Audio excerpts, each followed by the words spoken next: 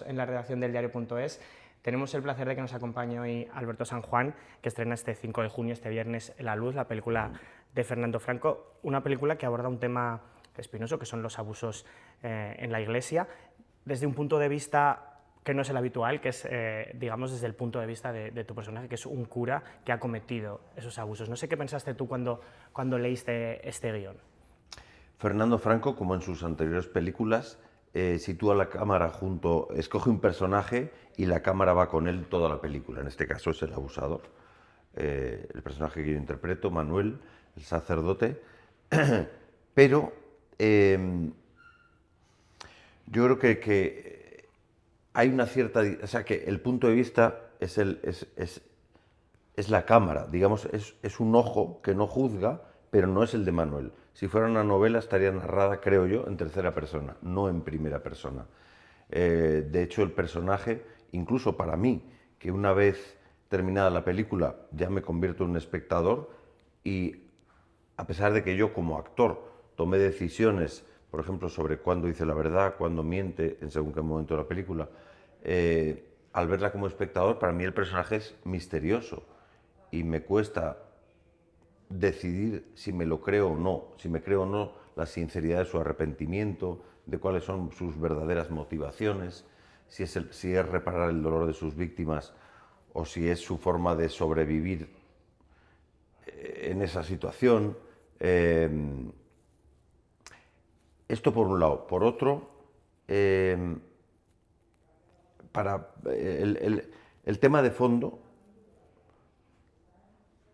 de este relato concreto al respecto de este tema, te diría que incluso no son los abusos en sí, sino cómo gestiona la institución de la Iglesia Católica en España los abusos sexuales que histórica y sistemáticamente han venido produciéndose en su seno.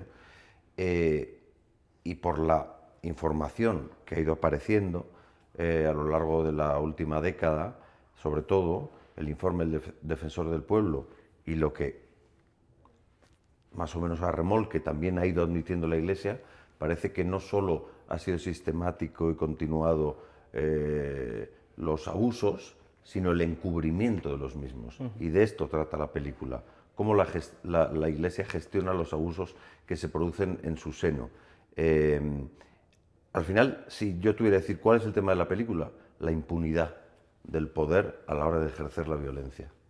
Claro, en España nos toca muy de cerca el tema porque lo leí hace poco, de hecho creo que en el dossier de prensa de la película, que España es un país que de la noche a la mañana casi pasó de no tener ningún caso, porque no había reconocido ningún caso, a ser el país que más casos de repente tenía, porque habían sido efectivamente encubiertos y hasta que no salen a la luz había como, bueno, se miraba para otro lado. ¿Cómo crees que puede tocar a la sociedad española un tema como este en este momento en el que también se está revisando un poco todo eso? Bueno, yo creo que gracias a la labor de los medios de comunicación, es de justicia, yo creo, nombrar a Julio Núñez y Íñigo Domínguez, que son dos periodistas que están llevando desde hace casi una década un trabajo de investigación muy serio sobre ese asunto y que han sacado a la luz muchos casos. Digamos, se ha podido tener una percepción del problema más cercana a la realidad y de alguna manera se ha mostrado insostenible la teoría de que se trata de casos aislados. De pronto se ve que esto tiene una dimensión muy grande que ha venido teniéndola y con ese doble aspecto, no solo que se produzcan los abusos, sino que se encubran sistemáticamente, no se denuncien, no se sancionen por la propia Iglesia, sino que se escondan. Y por eso me resulta muy sorprendente, ya no hablo como cineasta, sino como ciudadano, que no sea la propia Iglesia la que tome la iniciativa para hacer la luz en este territorio tan oscuro que alberga en su seno. Y estoy realmente sorprendido de que el Papa, León XIV, no vaya a tener un encuentro con las víctimas en su visita a España, cuando son tantos los casos en la Iglesia española, y en caso de tenerlo, o sea, no ha confirmado que vaya a tener un encuentro tal como le han pedido los colectivos de víctimas, y lo que se ha dicho es que en caso de tenerlo será en privado, a puerta cerrada. Una vez más, cerrando las puertas, no dejando ver el tema. Me parece sumar dolor, me parece revictimizar, no lo entiendo. Esta actitud de decir, no, la Iglesia ya está haciendo todo lo que puede hacer. No, no es así, no es así. Escuchad a las víctimas. No es la Iglesia quien tiene que decir si está haciendo todo lo que puede hacer. Son las víctimas. Y las víctimas dicen que no es así. Entonces, démosle voz, démosle altavoz a las víctimas. Y que no lo haga el Papa, pues me parece muy sorprendente. El timing de la película con la visita del Papa, que es casualidad absoluta, pero... No, ¿no? es intencionado. ¿Ha sido intencionado? Es intencionado, por supuesto, sí, porque evidentemente es una de las conversaciones pendientes, necesarias, urgentes, graves de la Iglesia. Y de hecho, pues en estos días va a formar parte de la conversación. Y en la medida en que la Conferencia Episcopal y el propio equipo del Papa y tal traten de mantener silencio al respecto, ese silencio va a resultar muy sonoro, porque precisamente ha sido el problema, y es lo que se critica, el silencio, el ocultamiento, el encubrimiento. La película no emite un juicio, no es una película de tesis, no lo podría ser siendo dirigida por Fernando Franco. Él es yo creo que tiene una manera de contar historias muy adulta y dirigida a un receptor adulto al cual le exige un esfuerzo, porque no da nada juzgado, no da nada concluido, no da nada por demostrado. Él plantea una serie de cosas. Y te puedo decir que la película, es decir, Fernando, que es guionista y director, es de un rigor exhaustivo. O sea, todo lo que en la película aparece está fundamentado en hechos reales publicados en prensa, contados por víctimas e incluso reconocidos por la propia Iglesia en el informe del Defensor del Pueblo, etcétera, etcétera. Te iba a preguntar justo por eso, si tú habías tenido una investigación o ha sido, el guión estaba muy claro lo que quería contar, o tú también por tu cuenta, también con esa investigación periodística, has ido un poco rellenando lagunas, formando un poco... Yo había leído informaciones sobre ese tema, como de tantísimos otros temas, como lector y desde mi posición de ciudadano y de persona que vive en sociedad, pero cuando me incorporo a la película, Fernando ya ha escrito un guión el mejor que a mí me llegó, como en serio, jamás. Y Fernando y previamente a escribir el guión, para poder escribirlo, había hecho un trabajo muy exhaustivo de documentación. Entonces para mí fue muy fácil, porque él me guió, lee esto, ve estos documentales, ve estas películas, habla con estas personas. Entonces eso es lo que hice. Me ha parecido muy curioso que tú has dicho que aquí es sincero mi personaje, aquí no, que es algo que el espectador se plantea todo el rato, ¿no? Si en qué punto el arrepentimiento es sincero, en este punto sí, en este punto no. ¿Fernando te daba las claves también de aquí sí, aquí no, o te dejó que tú decidieras cuándo era sincero y cuándo no? Es que fíjate, yo creo que para el propio Fernando son preguntas que no tienen una respuesta clara. Él ha creado el personaje, pero para el mismo autor el personaje tiene sus misterios. Lo único que podemos decir es, actúa así. ¿Cuáles son sus motivaciones profundas? No lo sé, es un misterio. Lo que sé es que es un tipo que, llegado cierto momento y después de haber desesperadamente intentado evitarlo, afronta las consecuencias de sus actos. Si lo hace más generosamente o más egoístamente para salvar su propio pellejo, pues eso que ya lo valorará cada espectador. Pero me parece que tiene más importancia lo que hace que por qué lo hace. Bueno. Hay una cosa curiosa, sin hacer spoiler de la película, pero acaban juzgando más a tu personaje, o más severamente, por decir la verdad, que a la Iglesia por encubrirlo. Hay mucho también de esto realmente, ¿no? Hay como una protección absoluta, se juzga más al que se atreve a hablar que al que decide tapar. Pero esto es algo que se repite en distintos ámbitos de crimen, corrupción y abuso, que aquel que ha participado de la trama, que sea y por los motivos que sea, porque le pillan o porque se arrepiente por una cuestión de conciencia, sale y dice, basta, esto funciona así, normalmente paga él.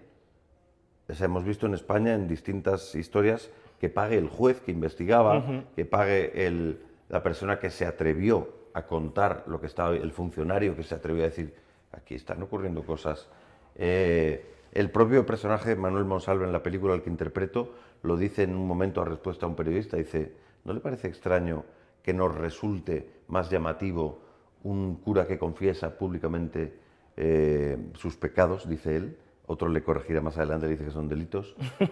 Que parezca más extraño alguien que confiesa el daño que ha hecho públicamente que otro que lo calla y permite que ese sistema de abuso y encubrimiento del abuso siga funcionando. Nos llama más la atención eso. También vemos que cuando él confiesa públicamente, empiezan a surgir críticas contra él como individuo, no contra la institución. Has mencionado una cosa que es interesante, porque viendo la película yo también lo pensé, que está hablando de abusos en la Iglesia, pero también es una película sobre la corrupción, sobre un sistema corrupto, que puede ser la Iglesia, pero que pueden ser otros muchos. ¿Eso estaba claro en el guión también? Que eso, o ¿cómo ha sido...? Yo creo que sí, yo creo que la película de Fernando tiene una cosa muy buena, y es que utiliza el género, diría yo, del thriller para contar una historia y para abordar un problema muy complejo y una violencia, digamos, heredada en el sentido de que viene de muy atrás y que no ha dejado de suceder, que sepamos, y que ha estado silenciada. ¿Por qué te respondía esto? ¿Cuál era la pregunta? Sí. Que si estaba Esa cosa de la corrupción casi sistémica. Sí, es una trama corrupta, es una trama criminal. Encubrir un delito es delito. Y cuando se hace no una vez por parte de una persona, sino una, dos, tres veces, cuatro, dices, esto es un sistema. Esto no es que lo haya hecho uno porque se le ha ocurrido, es que funciona así. Es un funcionamiento mecanizado. Y hay otra pregunta incómoda que plantea la película, que yo creo que todavía no nos hemos hecho y que en algún momento nos tendríamos que hacer, que es ¿qué ocurre con las personas que han cometido un abuso? Si creemos en un sistema en donde la reinserción es uno de los principios, tanto este cura como cualquier persona que lo haya hecho, ¿qué pasa con ellos más allá? Me parece una pregunta muy espinosa, pero que está ahí en la película. Esto sería la gran pregunta. Si un día cesara la violencia en la sociedad humana, ¿qué se hace con toda la violencia acumulada hasta entonces? En cualquier conflicto podríamos tomarlo como ejemplo. Pues es todo un tema sobre el que pensar, yo no tengo respuesta para eso, pero personalmente no creo en la cárcel, ni creo en la impunidad tampoco. Respecto a ese concepto no tan preciso que es el perdón, creo que, como dice Fernando Franco, solo lo pueden otorgar las víctimas. Yo no puedo participar de un perdón a un agresor, será la persona a la que ha agredido la que tenga que decir lo que sea. Lo que sí insisten las víctimas una y otra vez, bueno, las víctimas, distintas víctimas a las que he leído o escuchado, es que el perdón por sí solo tiene muy poco valor, sino acompañado con actos consecuentes y con mantener encuentros permanentes, no un encuentro con las víctimas, un canal de comunicación permanente, abierto con las víctimas y una información transparente al respecto. Hace poco leíamos en el diario El País, el obispo, no quiero confundirme, el obispo de una ciudad de Andalucía, respecto al obispo de otra ciudad de Andalucía, que le llamaba a la víctima, le decía, mira, siento mucho lo que ha pasado, pero esta conversación que quede entre nosotros en el silencio, en el secreto. ¿Me jodas? Si ese es el problema, y eso es volver a dañar a la víctima. Sí, pobre, te entiendo, pero mejor no digas nada, por favor. Bueno, esto siempre se nos ha hecho, también se nos decía, ¿no?, como el no te señales, ¿no?, o el no te signifiques. Al final el silencio es algo como que heredamos todos ahí para no... Este es un problema que cuentan una y otra vez muchas personas víctimas de violencia sexual, tanto son mujeres, básicamente, que han sido agredidas sexualmente ya como adultas, y que la dificultad de contar y la amenaza objetiva de volver a ser dañada por atreverse a contar, pues cuanto más alguien que ha sido dañado de esa manera en la infancia, cuando aún está lejos de empezar a comprender la realidad, en fin. Has mencionado lo del perdón, claro, es un concepto un poco tramposo porque la propia Iglesia se basa en el perdón, ¿no? Puedes hacer lo que quieras, rezas 2 Padre Nuestros y ya estás perdonado, que también es algo que está en la película. Hasta qué punto ese concepto de perdón, eso no es para nada el ideal, pero sin embargo es algo que sigue en las conversaciones. El discúlpate, pide perdón, y sin embargo es un término tramposo. Yo creo que es muy importante, pero que ese perdón, aparte de recibir a la víctima, darle toda la atención posible, con la mayor representación institucional posible, etcétera, etcétera, ha de haber un reconocimiento público por parte de la Iglesia de la dimensión del problema. Pero bueno, hay distintas actitudes, y vemos, también en estos días, ha dicho un obispo, ha reconocido no solo que el tema existe, sino ha dicho vamos muy lentos a la hora de afrontarlo. Entonces, es decir, a mí como parte del equipo que ha hecho esta película no me interesa juzgar la actitud de la Iglesia, sino llamar a la reflexión sobre de qué manera están actuando. Y, o sea, que más bien te lo digo no como parte de la película, sino como ciudadano asombrado joder, porque no toman la iniciativa, en fin, y encima una institución que es una institución histórica de poder, de la cual habría muchas cosas que analizar y decir del papel que han ido jugando en distintos sistemas políticos, regímenes, situaciones y circunstancias históricas, pero que su base son los evangelios y predican el amor. O sea, quiere decir que el IBEX 35 no predica el amor. O sea, que es coherente buscar la rentabilidad económica por su parte. Pero en el caso de la Iglesia, una actitud coherente exigiría otra actitud, creo yo. Como actor, no sé si te habías puesto el hábito alguna vez o no. No. Físicamente, ¿eh? O sea, No. no estoy hablando... No, nunca me había puesto las ropas de un sacerdote. ¿Cómo es? ¿Te da algo como de performático de ponerte...? Totalmente, sí. Sí. Evidentemente a un actor le encanta disfrazarse, en realidad cualquiera, porque en parte disfrazarse es ver las cosas desde otro lugar, y es un ejercicio muy saludable y además divertido. Nunca me había tocado hacer esto.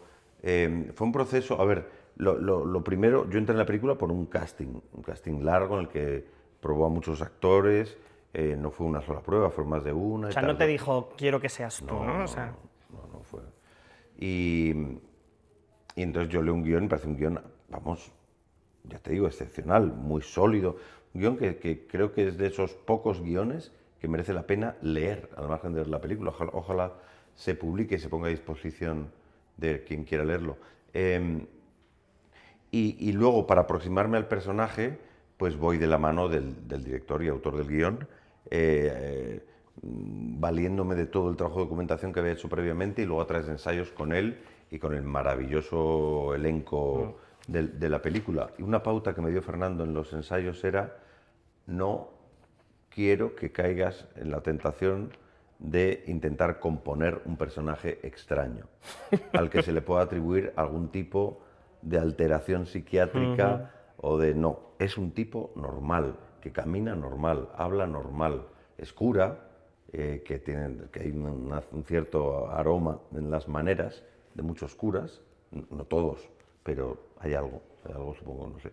Pero es un tipo normal, porque lo terrible es que las monstruosidades las hacen seres humanos, porque los monstruos no existen. Entonces, podría ser... O sea, Fernando no quería generar empatía y me prevenía del peligro de ponerme yo, que soy o sea, que encarno al abusador, en papel de víctima. O sea, me decía, no me importa tanto tu dolor, el de tu personaje, porque no es el dolor sobre el que nos centramos en esta película. Me importa cómo actúas, lo que vas haciendo, la evolución, el cambio que hay en ti, pero no, eso de que yo... O sea, que el personaje que yo como actor discute, pero tiene que verse, se le tiene que ver romperse, llorar, tal vez. No. Hay mucha austeridad en ese... No quiero victimizarlo. Claro, para mí como actor es una putada decir, joder, esto es muy seco, esto es muy... pero me decía eso, es un tipo común, puede ser quiero que el espectador al verlo piense, pues este podría ser mi vecino, mi amigo o yo mismo, en según qué circunstancia. Y entonces vivir en sociedad es muy complicado, convivir exige una atención permanente sobre cómo estás actuando con el otro y cuáles son las consecuencias de tus actos. Y al ponerte el traje de cura, ¿cómo ayuda o cómo no ayuda a convertirte en Ayuda muchísimo, claro que sí. Porque además la iglesia para mí de lo más atractivo que tiene es la puesta en escena. Es que, claro. De la liturgia y la vestimenta, toda la parte escénica. Entonces, bueno, pues lo mismo que si haces o sea, hay uniformes que definen mucho. Y este es uno, ayuda un montón, claro. Sí, por supuesto. Has mencionado que este personaje podría ser cualquiera, ¿no? Tu vecino. En eso me recordó la película un poco a La zona de interés, quiero decir que es como ese nazi podría ser tu vecino. ¿Crees que hay algo ahí también de eso, de querer decir, ojo, que no son eso, como has dicho tú, no son monstruos, son la persona que tienes al lado o incluso Claro. muy cerca? Que en la vida no hay unos buenos y unos malos, y entonces todo el problema sería identificar a los malos y apartarlos. No, es que todos somos capaces de lo mejor y lo peor. Y doble cuidado hemos de tener en esta sociedad que está montada sobre el abuso, sobre un poder jerárquico y todo un entramado de relaciones de poder en la que suele haber una parte opresiva y una parte oprimida. Entonces, doble esfuerzo el de aquel que en la sociedad del abuso no quiere participar en ninguna forma de abuso. Es muy fácil envilecerse en una sociedad vil, en un orden social vil, y este tiene, el que nos gobierna y ordena, tiene mucho de vileza. Las instituciones que organizan nuestra sociedad, bueno, pues también influyen mucho sobre nuestro comportamiento. Entonces aquí, digamos que en esta película retrata un aspecto, no diría la Iglesia en su conjunto, ni muchísimo menos, un aspecto de parte de la Iglesia, al menos una parte significativa que toca a las altas jerarquías de la Iglesia en España. No solo en España, por supuesto, imagínate Irlanda o Has Estados mencionado Unidos. ese reparto, que es verdad que tienes como, al final son casi como escenas sueltas, ¿no? Nacho Sánchez, que está maravilloso, María Galeana, que tiene ese Pablo momento Gómez final, Pando, Pablo Gómez Pando, Pedro Ramón Barea, Casablanca. Luis Callejo. ¿Cómo es? Porque pues eso, son como, casi como ¿no? Tú eres el hilo conductor y te vas como encontrando Sí, con... para mí era un lujo absoluto tener esos compañeros de ese nivelazo y aparte, todas buenas personas. Sí. Y entonces, pues sí, porque además ellos venían con un ímpetu, porque yo muchas veces estaba agotado. Primero porque no me caracterizo por tener una enorme fortaleza y segundo porque es que fue un mes de ensayos y no me acuerdo si 5 o 6 semanas de rodaje donde no había tregua para mí.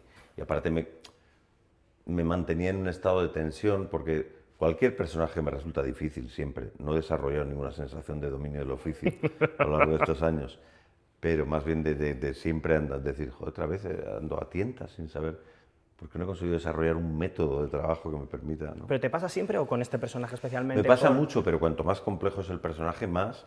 Y luego hay ciertas películas, bueno, todo acto en la vida conlleva una responsabilidad y todo trabajo y todo tal, pero yo tengo una responsabilidad como actor ya no artística, cívica, y sobre todo cuando se trata de un tema que implica un dolor social de una cantidad muy grande de personas, un dolor de los más serios e irreparables que se pueden sufrir, yo creo.